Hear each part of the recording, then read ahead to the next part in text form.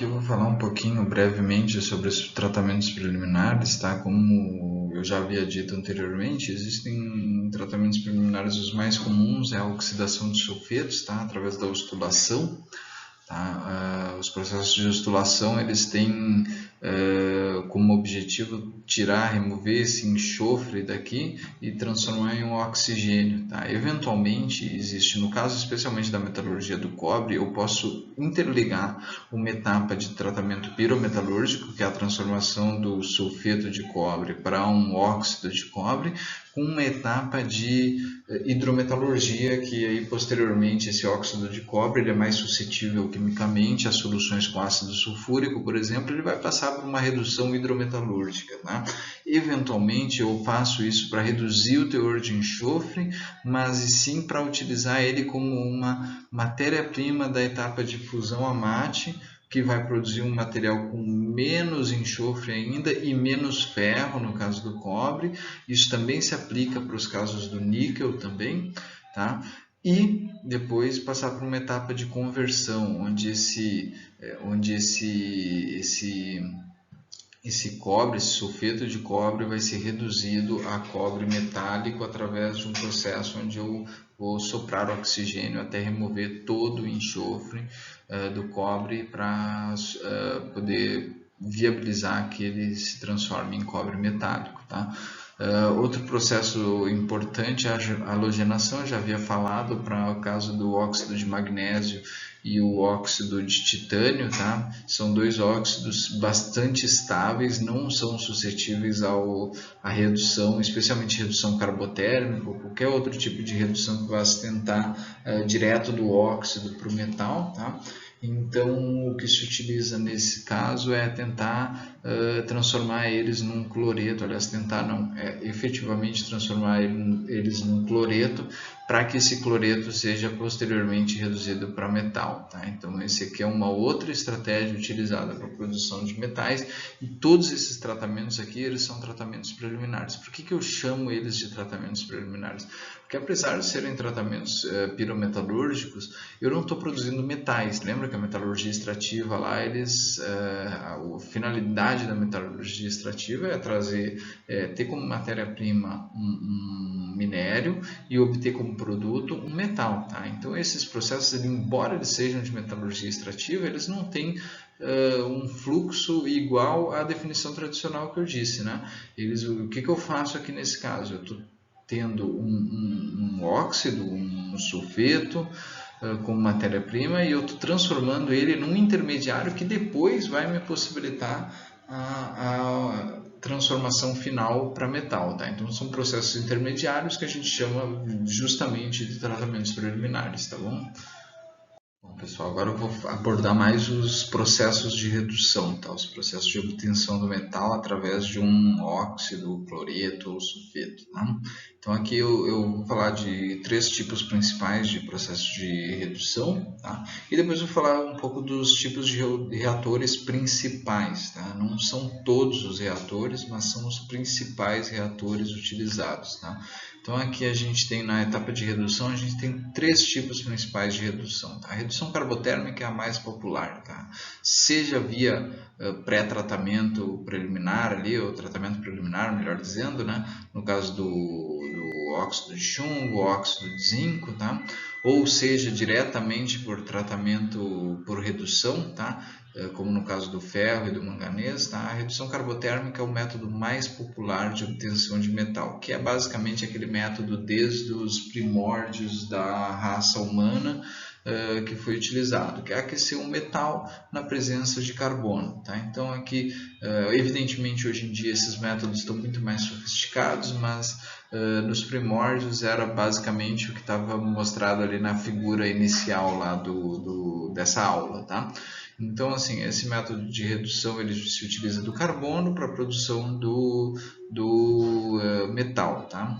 Já existem processos de redução metalotérmica. Como eu já havia dito, são processos mais caros, eles acabam utilizando principalmente do alumínio como redutor. Então aqui, no caso do titânio e magnésio, a gente tem eles reagindo com alumínio para produzir o metal, titânio puro, magnésio puro, e o alumínio vai ficar com os cloros formando um cloreto de alumínio, entendeu? Então é assim.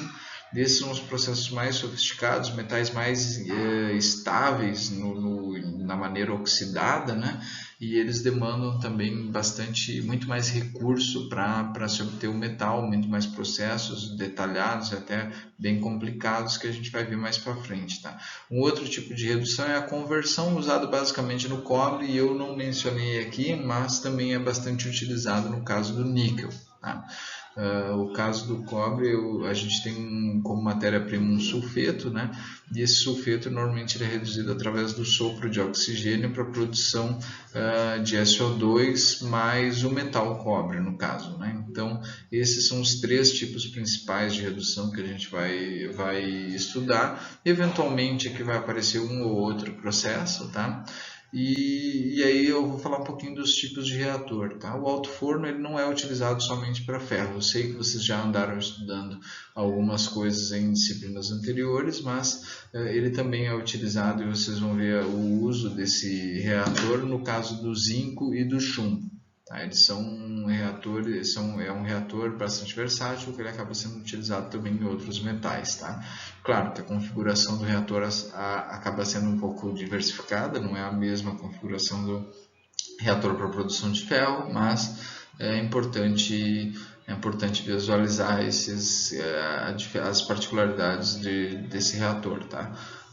Os outros reatores são os fornos elétricos a ar, também muito populares na produção de dióxido de manganês, de cromo, também, na produção de manganês metálico, ou seja, ou melhor, ferroligas de manganês, porque aqui a gente vai estudar metais ferroliga, então a produção de ferro manganês, a produção de ferro cromo e a produção de estanho metálico. Tá? Eles são produzidos em fornos elétricos a arco, bastante similares aos fornos elétricos a arco, utilizados para produção de aço, tá? No refino do aço, no caso. Tá?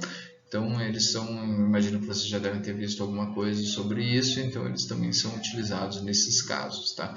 E por último, os conversores que terminam de transformar os sulfetos de cobre depois de pré-tratamentos como tubulação e fusão a mate, eles são produzidos, o cobre é finalmente reduzido a cobre metálico, tá? O cobre blister, que é um cobre metálico ali com mais ou menos 4% de impureza, que depois ainda vai passar por uma outra etapa de refino, tá?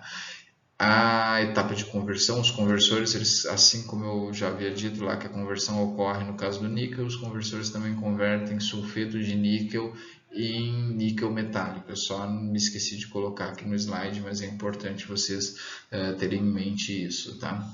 Então, para finalizar aqui, eu vou falar um pouquinho do refino, né? A gente tem algumas estratégias de refino, eu estou só exemplificando aqui, essa aula é mais uma aula introdutória de exemplificação, para mostrar para vocês qual que é o alcance dessas técnicas e por que a gente estuda isso, tá?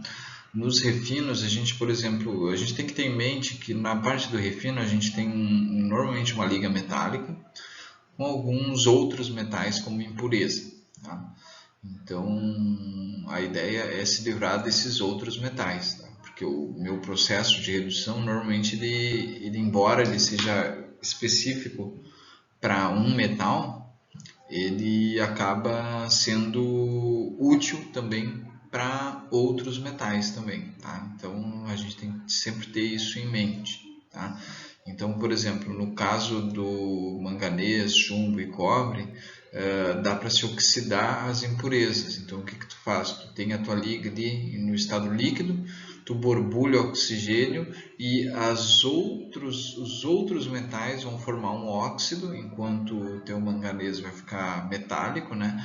E aí vão formar uma escória. Então, esse é um método, um jeito de fazer refino, entendeu? Tu borbulha oxigênio, tu transforma outros metais em óxido, a escória é menos densa, ela vai para a superfície do teu metal e aí tu retira a escória. Tá? Assim tu refina o metal, tu te livra do que não te interessa através da oxidação do que não te interessa. Tá? Outra coisa que tu pode fazer é formar uma liga insolúvel. Tu adiciona um outro metal, um terceiro metal, esse metal vai formar uma liga, ele vai se ligar com um metal impureza. Ali no caso do chumbo, por exemplo, a gente adiciona no caso do chumbo mesmo, a gente adiciona mercúrio, tá? E aí o mercúrio vai formar ligas com o ouro e com a prata, por exemplo, e vai acabar dissolvendo o ouro a prata. O mercúrio vai dissolver o ouro a prata e vai formar uma liga sólida. E se eu retirar esse sólido, eu consigo me livrar do ouro e da prata. Me livrar não, né? Porque depois a gente faz um processo para recuperar ouro e prata. Mas a ideia ali na metalurgia do chumbo é tu obter chumbo puro. Mesmo que o ouro e a prata sejam valiosos, eles não podem estar misturados no chumbo. O ouro e prata é valioso quando ele está sozinho, só ouro ou só prata. Então o ouro e a prata no chumbo eles são danosos, tá? Esse tipo de tratamento de formar uma liga insolúvel, tá, num banho metálico, que é uma fase líquida metálica, então no caso a gente tem o chumbo metálico líquido numa panela, a gente adiciona mercúrio, e esse mercúrio vai formar uma liga, uma amálgama que se diz, né, de ouro e mercúrio. E aí essa estratégia ela é utilizada, ela é bastante utilizada para o ouro também e para a prata, tá? Então essa amalgamação ela é uma estratégia viável e interessante tanto para o ouro quanto para a prata, tá? Outra coisa, refino físico, seja por destilação, desgaseificação, quando a gente pega, por exemplo, e submete a uma temperatura elevada para que um dos metais que estão lá no banho acabem evaporando, e esse metal que evapora acaba sendo metal contaminante, tá? Isso também é uma opção viável, tá? Então aqui é só para mostrar como funcionam os processos pirometalúrgicos para refino, tá? Mais tarde a gente vai ver que alguns processos eletrometalúrgicos também são vastamente utilizados no refino, tá bom? Então é basicamente isso que eu queria mostrar para vocês acho que é isso na aula de hoje ali. Agora eu vou só finalizar ali agradecendo a vocês, tá? Bom, pessoal, quero agradecer a todos que assistiram até aqui, né? Se vocês tiverem alguma dúvida aí e estiverem assistindo essa aula durante um período letivo, vocês podem me procurar durante as aulas, tá? Para quem assistiu isso depois de um período letivo e ficou com dúvida ou não está tendo aula comigo, você pode me encontrar nos corredores do IEP, sala dos professores ou coisa do tipo, ou ainda me mandar um e-mail aqui. Tá? E para quem está tendo aula esse semestre comigo, também pode, como fonte de solução de dúvida, pode acessar também o dispositivo tecnológico que eu estiver utilizando para o canal tecnológico que eu estiver utilizando para a solução de dúvidas, como Classroom ou Moodle, tá? Então eu queria agradecer a todos vocês aí por ter assistido até aqui, por ter tentado entender o pouco que eu venho colocando aí para vocês, e também pedir desculpas aí pela intervenção aí do meu cachorro Nestor, que lá no terceiro slide acabou dando uma latida, e isso acontece porque aqui na situação que a gente está gravando aqui não é a melhor de todas. Eu não estou dentro de um estúdio, eu estou na minha casa e acaba eventualmente escapando um pouco do barulho de fora aqui do meu escritório para dentro da gravação, tá? Então agradeço a todos vocês, bom dia, boa tarde, boa noite e tchau.